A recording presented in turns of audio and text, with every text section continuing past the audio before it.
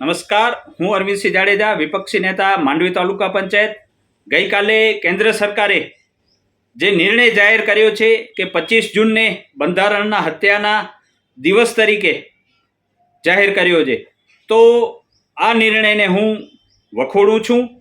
આજથી 50 વર્ષ પહેલાં જે ઘટના બની ગઈ હોય એ બાબતે રાજકીય લાભ ખાટવા માટે આવા નિર્ણયો કેન્દ્ર સરકાર જાહેર કરે છે. ત્યારે છેલ્લા 10 વર્ષ દરમિયાન ભારતીય જનતા પાર્ટીનું શાસન અને એ દરમિયાન જે નિર્ણયો લેવાના છે, નોટબંધીનો નિર્ણય હોય અને રાતોરાત આ દેશનું જે નાણાકીય ચલણ છે એ નોટો બંધ કરી દેવામાં આવે, લોકોને હાલાકી થાય, એમાં લોકો લાંબી લાઈનોમાં ઊભા રહ્યા હોય અને કેટલા લોકોના મરણ થઈ ગયા હોય. પછી જીએસટીનો નિર્ણય હોય એના કારણે પણ લોકોને હેરાનગતિ થતી હોય ને એવા તો કંઈક નિર્ણયો લીધા છે. ત્યારે કોંગ્રેસ દ્વારા જે તે વખતે નિર્ણય લેવામાં આવ્યો હતો એ જે દેશ હિતનો નિર્ણય હોય છતાં પોતાના રાજકીય લાભ માટે કેન્દ્ર સરકાર અત્યારે જે આ 25 જૂનને બંધારણના હત્યાના દિવસનો જાહેર કર્યો છે એ નિર્ણય ખૂબ વખોડવા લાયક છે.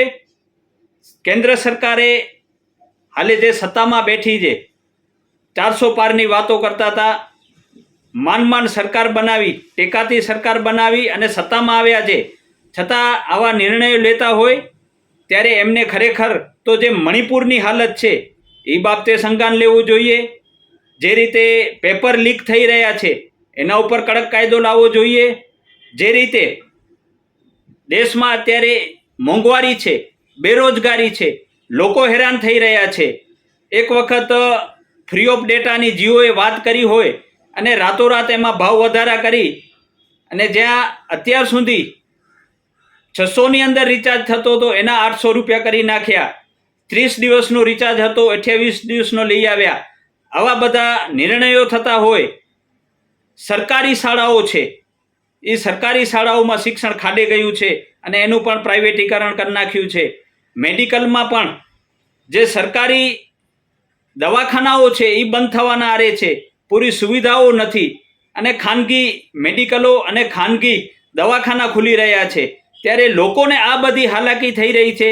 શિક્ષણ ક્ષેત્રે, મેડિકલ ક્ષેત્રે ખેડૂતોને હાલાકી થઈ છે.